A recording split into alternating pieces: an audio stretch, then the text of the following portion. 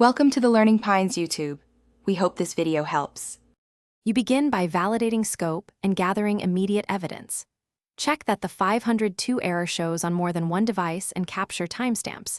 This proves it's server-side. Next, restart the proxy or load balancer and flush browser cache to rule out local artifacts. While those restarts run, pull recent deployment notes and configuration edits so you know what changed.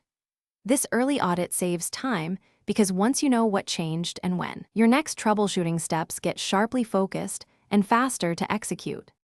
Once initial restarts and log collection are done, dig into the proxy to upstream layer.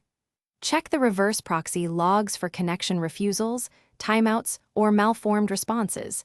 These are common 502 triggers. Make sure the upstream application processes are running, listening on the expected ports, and not crashing intermittently.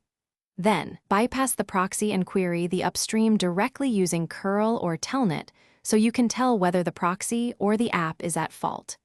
If upstream is healthy, finally, implement the corrective actions you identified.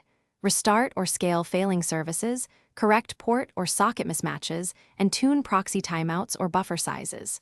Deploy configuration changes in a controlled window and observe error rates closely. If they worsen, roll back immediately.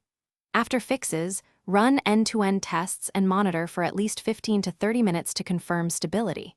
If problems continue, enable verbose logging and distributed tracing. These capture details necessary for root cause analysis and will guide the next escalation step.